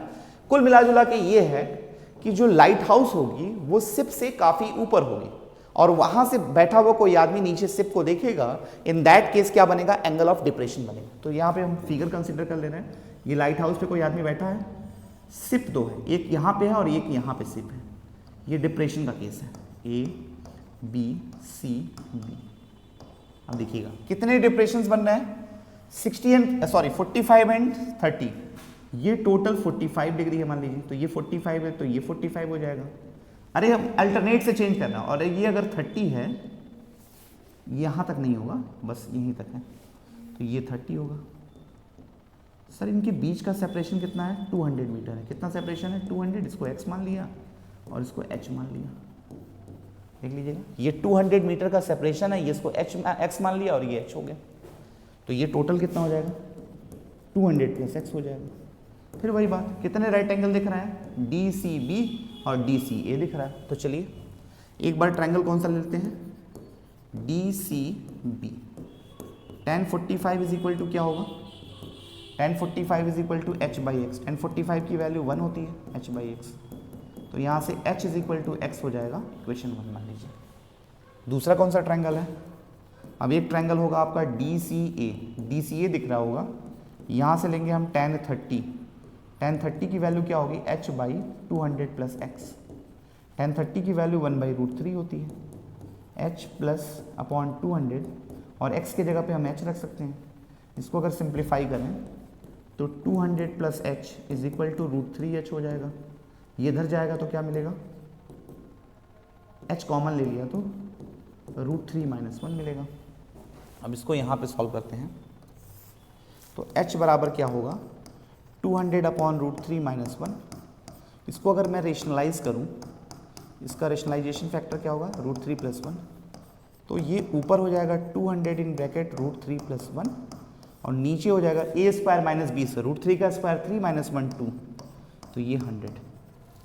अगर मैं इसको सॉल्व करूँ तो 100 √3 की वैल्यू अगर मैं 1.732 रख भी लेता हूँ तो ये हो जाएगा 100 × 2.732 और जब इसमें 100 का मल्टीप्लाई करेंगे तो 273.2 मीटर अप्रॉक्स ये कुछ वैल्यू आएगी। ये क्या होगा उस लाइट हाउस की जो होगी हाइट हो जाएगी। क्लियर है? कैलकुलेशन एक बार देख लीजिएगा, मे बी कैलकुलेशन में कहीं माइनर मिस्टेक हो भी सकता है बट कॉन्सेप्ट में नहीं। कॉन्सेप्ट आपका क्लियर है तो आप कैलकुलेशन पार्ट तो आपका है। ठीक है, नेक्स्ट देख लेते हैं हम लोग। अब ये नेक्स्ट क्वेश्चन जो है ये हमारा चैप्टर जो है मेंसुरेशन से आ गया। मेंसुरेशन वाले चैप्टर से क्या पूछा गया है कि metallic sphere of radii this respectively are melted to form a single solid sphere, find the radius of the resulting sphere. याद रहे जब भी हम मेंसुरेशन के क्वेश्चन करते हैं तो मेंसुरेशन का जो क्वेश्चन आपसे पूछा जाएगा, एग्जाम ओरिएंटेड है, इंपॉर्टेंट है, वो कन्वर्जन ऑफ सॉलिड से रिलेटेड है। क्वेश्चन अक्सर जब आप प्रीवियस ईयर उठा के देखोगे तो वहां पे जो क्वेश्चंस पूछे गए हैं वो कन्वर्जन ऑफ सॉलिड से पूछे गए। और कन्वर्जन ऑफ सॉलिड में क्या है कि जब भी हम कन्वर्ट करते हैं एक फिगर को दूसरे फिगर में तो सारी चीजें बदल जाती हैं। क्या नहीं बदलता है तो वॉल्यूम नहीं बदलता है। क्या नहीं बदलता है तो वॉल्यूम नहीं बदलता है, सब बदल जाएगा। क्या नहीं बदलेगा? वॉल्यूम नहीं बदलेगा। इस बात को ध्यान दीजिएगा, जब भी कहीं मेंसुरेशन का क्वेश्चन आ गया और कन्वर्जन का आ गया तो याद रहे कि पहले वाले जो फिगर था उसका वॉल्यूम और दूसरे वाले फिगर के वॉल्यूम को आपस में इक्वल इवेल्युएट करेंगे। जैसे यहां पे कह रहा है कि ये 3 रेडियस, डिफरेंट रेडियस के कौन कौन है स्फीयर्स है, इनको मेल्ट करके एक बड़ा स्फीयर बनाया जा रहा है। मतलब ये 3 छोटे छोटे स्फीयर्स थे, इनको मेल्ट करके एक बड़ा स्फीयर बना रहा है। इन तीनों स्फीयर्स का जो वॉल्यूम होगा वो बड़े वाले स्फीयर के वॉल्यूम के बराबर होगा। चलिए इसी बिहाफ पे हम इसको सॉल्व करते हैं। आपको पता है स्फीयर का वॉल्यूम क्या होता है 4/3 πr³। तो हम डायरेक्ट सोल्यूशन की बात करते हैं। रेडियस दिया है 4/3 पाई, पहले वाले का रेडियस क्या है 6 का क्यूब प्लस 4/3 पाई 8 का क्यूब प्लस 4/3 पाई 10 का क्यूब। ये लिख लिया हमने। इज इक्वल टू क्या होगा, इज इक्वल टू क्या होगा, अगर हम बात कर लें इज इक्वल टू क्या होगा यहाँ पे, तो देखिएगा इसमें जो क्या कहते हैं कि 4/3 ये हो गया। अब इससे हम क्या कर रहे हैं रिजल्टिंग स्फीयर बना रहे हैं। मान लिया कि हमने रिजल्टिंग स्फीयर का जो वॉल्यूम है वो 4/3 पाई कैपिटल R³ कितना है 4/3 कैपिटल R³। अब देखिएगा ऑल प्लेसेस पे 4/3 कॉमन है तो 4/3 पाई हमने कॉमन ले लिया, 4/3 पाई कॉमन ले लिया तो ये 6 का क्यूब क्या होता है 6 का क्यूब 216 होता है, 8 का क्यूब क्या होता है 512 होता है और 10 का क्यूब क्या होता है 1000 होता है। Is equal to 4/3 pi R³। ये 4/3 पाई कैंसिल हो गया। इन सबको ऐड करेंगे तो ये हो जाएगा 1728 इज इक्वल टू R³। मतलब R की जो वैल्यू होगी वो क्यूब रूट ऑफ 1728 होगा और जब आप इसका क्यूब रूट निकालेंगे तो 12 सेंटीमीटर आ जाएगा।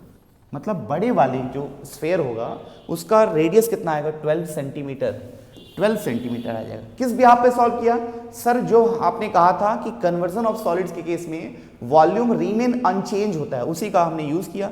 इन तीनों के वॉल्यूम का सम बड़े वाले के वॉल्यूम के बराबर होगा। क्लियर है? चलिए नेक्स्ट देख लेते हैं। अगला क्वेश्चन क्या है, अब देखिएगा अगला भी क्वेश्चन क्या है। Toy in the form of a cone mounted on hemisphere of same radius this, the total height of toy will be this, the total surface area. अब यहाँ पे एक ट्वाई का स्ट्रक्चर दिया है, ट्वाई को बनाना है और ट्वाई की रिगार्डिंग क्या क्या इंफॉर्मेशन है कि जो ट्वाई है वो कोन है और माउंटेड ऑन हेमिस्फीयर, एक कोन है और वो हेमिस्फीयर के ऊपर है। मतलब अगर मैं इसकी फिगर की बात करूं, एक्चुअल में 3D फिगर में फिगर की रिक्वायरमेंट नहीं होती है बट एक्चुअल में हम बना भी नहीं सकते हैं।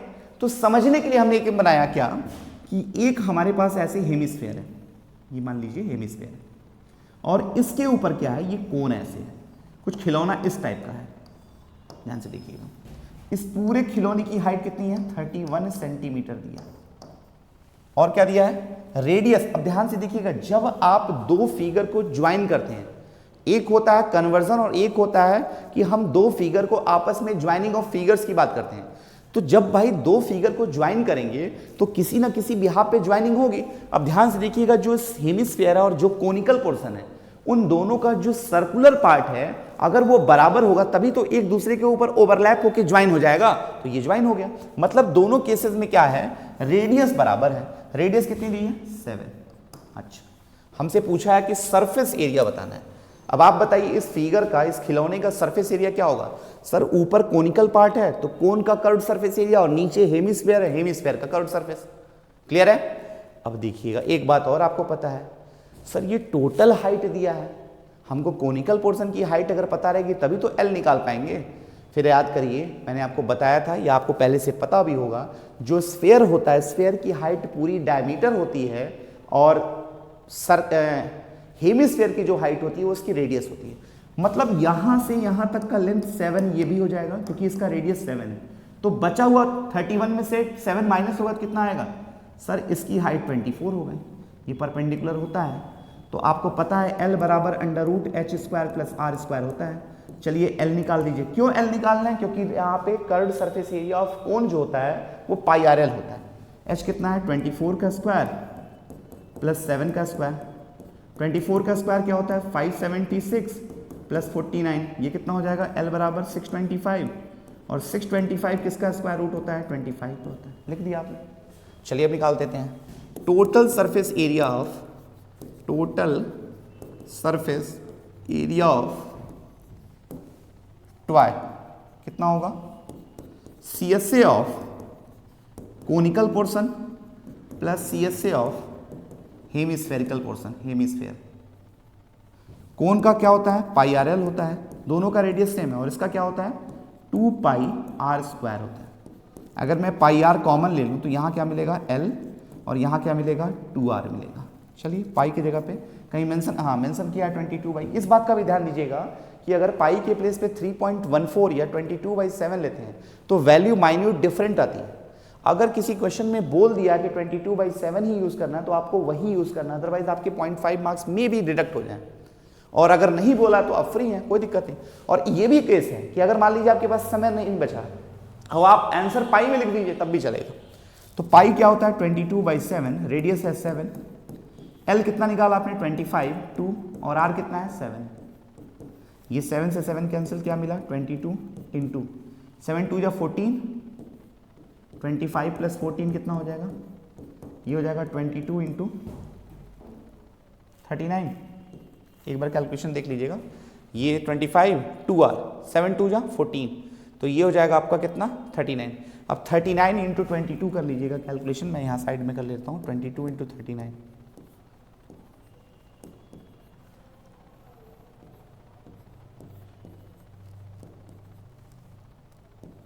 आई थिंक 858 होगा। आप भी कैलकुलेशन एक बार चेक कर लीजिए, 858 सेंटीमीटर स्क्वायर होगा। कैलकुलेशन माइट भी आपका थोड़ा बहुत गलती हो सकती है मुझसे भी, बट आप देख लीजिए, कॉन्सेप्ट क्लियर होना चाहिए, बाकी कैलकुलेशन तो आपसे नहीं होगी गलती। ठीक है, चलिए फिर नेक्स्ट देख लेते हैं हम लोग। हाँ ये देखिएगा, प्रोबेबिलिटी का क्वेश्चन है, और प्रोबेबिलिटी में 2-3 टॉपिक है, उसमें से प्लेइंग कार्ड बड़ा इंपॉर्टेंट होने वाला है। और इस क्वेश्चन में क्या दिया है कि अब आपको प्लेइंग कार्ड के बारे में पूरा इंफॉर्मेशन होना चाहिए। मैं क्विक थोड़ा सा एक बार रिवाइज कर लेता हूँ कि टोटल 52 कार्ड्स होते हैं, और 52 कार्ड्स को 4 सब पार्ट में डिवाइड किया जाता है, क्लब, स्पेड्स, हार्ट, डायमंड। अब 13 कार्ड सब में होंगे, 13। ये दोनों कलर जो होते हैं वो ब्लैक होते हैं, और ये जो दोनों कलर होते हैं वो रेड होते हैं। तो रेड भी 26 होगा और ब्लैक भी 26 होगा। जो कार्ड की बात करें तो कार्ड कितने टाइप के होते हैं, नंबर कार्ड। नंबर कार्ड का मतलब कार्ड पे नंबर 2 से लेके कहाँ तक होगा, 10 तक होगा। फेस कार्ड की बात करते हैं, कार्ड पे फेस हो, किंग बना होगा, क्वीन होगा, जैक होगा। और एक होता है एस कार्ड, मतलब कार्ड पे ए का सिंबल बना होगा। तो यही कार्ड का डिस्क्रिप्शन है। तो ये एक्चुअल में सारे कार्ड इसमें भी होंगे, इसमें भी। जैसे अगर हम फेस कार्ड की बात करें तो 3 फेस कार्ड होगा, एस कार्ड की बात करें तो 1, और नंबर कार्ड कितने होंगे 9। 9 + 3 12 + 1 13। मतलब ये एक जो 13 कार्ड का डिस्क्रिप्शन है वो इसी तरह का है। तो फेस कार्ड की बात करें तो 3 इसके 3 इसके 3 इसके 3 इसके कितने होंगे 12। इस कार्ड की बात करें तो 1 1 1 4 हो जाएगा। नंबर कार्ड की बात करें तो ऐसे निकल जाएगा। ठीक है, चलिए अब आते हैं क्वेश्चन पे अपने। ये क्विक आपको एक बार रिकॉल कर दिया और आपको पहले से पता भी होगा उसमें। देखिएगा अब, a card drawn at random from pack of 52 playing card, find the probability that card drawn neither a ace nor a king। अब neither nor का केस समझिएगा, ना तो वो एस कार्ड हो ना तो वो किंग कार्ड हो, मतलब इन दोनों कार्ड को हटा दीजिए। आपने प्रोबेबिलिटी का फॉर्मूला पढ़ा था, किसी भी इवेंट की जो प्रोबेबिलिटी होती है वो कैसे निकालते हैं, favourable outcomes upon total number of possible outcomes. किसी भी इवेंट की जो प्रोबेबिलिटी होती है वो कैसे निकालते हैं, favourable outcomes upon total number of possible outcomes. तो सर पॉसिबल आउटकम्स तो टोटल 52 होगा, क्योंकि कार्ड्स में कोई छेड़छाड़ नहीं, जितने कार्ड हैं उसको एज इट इज यूज कर लिए। अब बात करते हैं कि जो हमारे फेवर में है, हमको ये कार्ड नहीं चाहिए, तो आप क्या करिए, जो कार्ड नहीं चाहिए उसको हटा दीजिए। हटाने के बाद जितने भी कार्ड बचेंगे वो हमारे फेवरेबल होंगे। अब देखिएगा कितने होते हैं एस कार्ड, आपको पता है टोटल एस कार्ड कितने होते हैं, अभी थोड़ी देर पहले आपको रिकॉल भी किया तो 4। टोटल किंग कार्ड कितने होंगे, टोटल किंग कार्ड कितने होंगे, ये भी 4 होगा। ये टोटल कितने हो गए, 8 हो गए। मतलब 8 कार्ड आपको नहीं चाहिए। तो हमारे पास जो इवेंट निकालनी है प्रोबेबिलिटी, तो हमारे पास फेवरेबल कितने होंगे, फेवरेबल आउटकम्स कितने होंगे भाई, आउटकम्स 52 टोटल थे, उसमें से 8 नहीं चाहिए, तो कितने हो जाएंगे 44। मतलब 44 हमारा फेवरेबल आउटकम्स है। तो यहाँ प्रोबेबिलिटी ऑफ इस पर्टिकुलर इवेंट की प्रोबेबिलिटी क्या होगी, फेवरेबल आउटकम्स अपॉन टोटल कितने थे 52। समझ पा रहे हैं क्यों 8 माइनस कर रहे हैं, क्योंकि नाइदर नॉर का केस, मतलब ये नहीं चाहिए। अगर ईदर और का केस होता तो उस केस में हमारा फेवरेबल 8 ही होता। मतलब ईदर ऑफ का केस होता, या तो ये चाहिए या तो ये चाहिए, तो ये दोनों हमारे फेवर में थे। बट पहले ही कह दिया कि इसको नहीं चाहिए, हटा दीजिए, मतलब ये हमारे फेवर में नहीं, तो इसको हटा दिया। टोटल 52 कार्ड्स थे, उसमें से 8 कार्ड हमको नहीं चाहिए, हमारा फेवरेबल नहीं है। That means 52 - 8 which is equal to 44 cards are our favourable card. तो probability of this particular event भी फेवरेबल अपॉन टोटल, सिंप्लीफाई करते हैं। 11 4 जा नहीं, 11 से नहीं जाएगा, 4 से जाएगा, 4 से जाएगा। तो 4 से 11 टाइम में, 4 से 13 टाइम में, ये इस पर्टिकुलर इवेंट की क्या हो गई, प्रोबेबिलिटी हो गई 11/13। और आपको पता भी होना चाहिए किसी भी इवेंट की जो प्रोबेबिलिटी होती है, इससे रिलेटेड क्वेश्चन भी कई बार पूछा गया, 0 या उससे बड़ी, 1 या उससे छोटी होती है। कई बार एमसीक्यू में क्वेश्चन आ गया है कि 4 ऑप्शन दे दिए और कहा कि किसी भी इवेंट की प्रोबेबिलिटी इसमें से क्या नहीं हो सकती है। तो याद रहे, जिसकी वैल्यू 0 से कम होगी या 1 से ज्यादा होगी वो कंसीडर नहीं होती, वो किसी भी इवेंट की प्रोबेबिलिटी नहीं हो सकती है। चलिए नेक्स्ट देख लेते हैं। हाँ ये देखिएगा, प्लेइंग कार्ड से रिलेटेड ये भी क्वेश्चन है, बट इसमें कुछ कंडीशन है। All red face cards are removed. यहां पे बच्चे गलती करते हैं, अक्सर गलती करते हैं, जब क्वेश्चन में मिक्सिंग आ जाती है, मतलब कुछ चीजों को रिमूव करना है, एड ऑन करना है, तो बच्चे 52 को पूरे 52 की तरह कंसीडर नहीं करना है। भाई उसमें कुछ चेंज हुआ है, कुछ एक्स्ट्रा एड ऑन भी हो सकता है और कुछ हटाया भी है। तो आफ्टर रिमूविंग आपको देखना है कितने आपके फेवरेबल या कितने आउटकम्स बने हैं, कितने पॉसिबल आउटकम्स हैं, उसको कंसीडर करना है। जैसे कह रहा है कि जितने रेड फेस कार्ड हैं उनको हटा दिया। सर टोटल कार्ड होते हैं 52, टोटल रेड फेस कार्ड कितने होंगे, फेस कार्ड 2 होते हैं, सॉरी रेड कलर के कार्ड कौन कौन से होते हैं, क्लब सॉरी हार्ट और डायमंड के होते हैं। सर हार्ट के पास 3 होंगे, किंग क्वीन जैक। हमसे क्या पूछा है, फेस कार्ड। हार्ट के पास 3 फेस कार्ड होंगे और डायमंड के पास 3 फेस कार्ड होंगे। 3 और 3 मिलके कितने हो गए, टोटल 6 फेस कार्ड होंगे, किसके, रेड वाले। तो टोटल रेड फेस कार्ड कितने होंगे, 6। ये इनको हटा देना है। तो अब आपके पास टोटल रिमेनिंग कार्ड कितने होंगे, रिमेनिंग कार्ड्स कितने होंगे भाई। सर 52 में से आपने 6 माइनस कर दिया तो 46 कार्ड आपके पास बचेंगे। अब याद रहे कि अब जो टोटल होगा वो 52 नहीं होके 46 होगा। अब पता चलता है बच्चे गलती से A52 को ही टोटल कार्ड कंसीडर करते हैं। अरे भाई उसमें चेंज हो गया ना, रिमूव हुआ, तो रिमूव होने का मतलब टोटल पे इंपैक्ट डालेगा कि नहीं। टोटल 52 कार्ड थे, 6 चले गए, अब कितने बचे? 46 बचे। अब आते हैं आगे, द रिमेनिंग कार्ड विल सफल। रेड कार्ड आपको पता करना है, फेस कार्ड पता करना है और अ कार्ड ऑफ क्लब पता करना है। चलिए पहला ले लेते हैं, probability of a red card.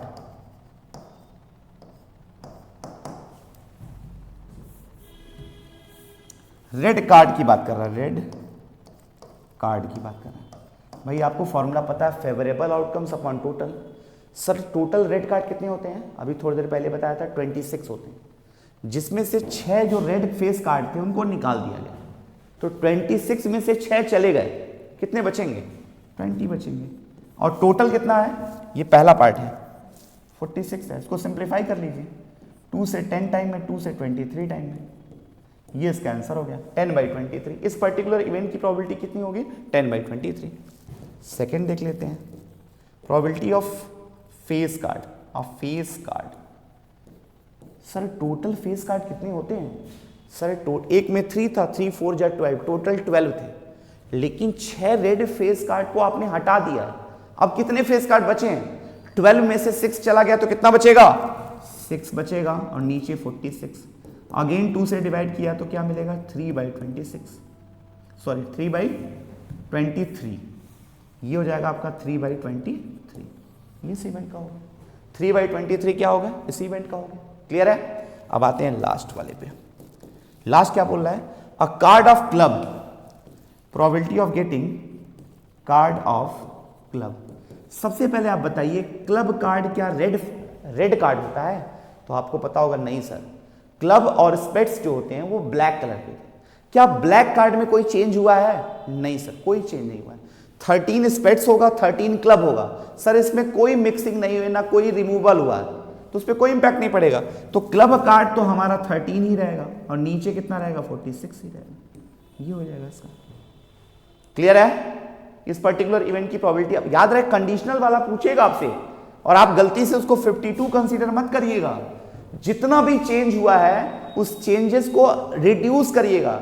After that वो आपका क्या होगा? टोटल पॉसिबल आउटकम्स होगा। क्लियर है? चलिए फिर अगला देख लेते हैं। A bag contain 15 white ball and some black ball. The probability of drawing a black ball is thrice। अच्छा ठीक है, एक कोई बैग है, उसमें 2 तरह के बॉल हैं, व्हाइट है और ब्लैक है। तो मान लीजिए, let the number of black balls is equal to x, the number of white ball कितना दिया है? व्हाइट बॉल्स जो हैं वो 15 है। तो अब आप बताइए उस बैग में टोटल कितने होंगे? टोटल बॉल्स कितने होंगे? x + 15, यही होगा। और आपको पता है किसी भी इवेंट की जब हम प्रोबेबिलिटी निकालते हैं तो उस पर्टिकुलर इवेंट की जो प्रोबेबिलिटी होती है वो फेवरेबल अपॉन टोटल होता है। हम दोनों का पहले निकाल लेते हैं। Probability of getting white ball. White ball कितने हैं भाई? 15, और नीचे कितना हो जाएगा टोटल? और इसी तरीके से बताइए probability of getting black ball कितना हो जाएगा भाई? ब्लैक बॉल कितना हो जाएगा? तो सर ब्लैक बॉल x थे, ये हमारा फेवरेबल होगा, नीचे कितना हो जाएगा टोटल? x + 15 हो गया, निकाल दिया। बट अकॉर्डिंग टू क्वेश्चन क्या दिया है? कंडीशन क्या दिया है अकॉर्डिंग टू क्वेश्चन? जो ब्लैक बॉल की प्रोबेबिलिटी है वो थ्राइस है, किसकी? व्हाइट बॉल के।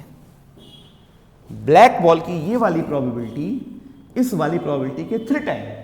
तो चलिए अकॉर्डिंग टू क्वेश्चन, ये ब्लैक वाला हो गया प्रोबेबिलिटी, ये 3 टाइम है किसके? व्हाइट वाले के। सर ये x + 15 से x + 15 कैंसिल हो गया, x की वैल्यू कितनी आ गई? 15। आपसे क्या पूछा था? Number of black ball in the bag, और हमने पहले ही सपोज कर लिया था कि बैग में कितने ब्लैक बॉल है? x, और x की वैल्यू कितनी आ गई? 15। मतलब इस बैग में ब्लैक बॉल कितने होंगे? 15 ब्लैक बॉल होंगे। क्लियर है? चलिए नेक्स्ट देख लेते हैं। नेक्स्ट, अब ये शायद लास्ट ही था, ये लास्ट क्वेश्चन था। ठीक है बेटा, तो ऑल द वेरी बेस्ट, आपको बोर्ड एग्जाम के लिए बहुत बहुत शुभकामनाएं। और जितनी मेहनत शिद्दत के साथ आपने पूरे साल मेहनत की है उसका रिजल्ट डेफिनेटली आपका अच्छा होगा। और एक बार आप सारे क्वेश्चन को अच्छे से रिवाइज कर लीजिए, सारे सब्जेक्ट पे फोकस करिए और उसके बाद आपकी जो रिजल्ट होगा वो बहुत ही अच्छा खासा होगा। ठीक है, थैंक यू एवरीवन, चलिए बाय।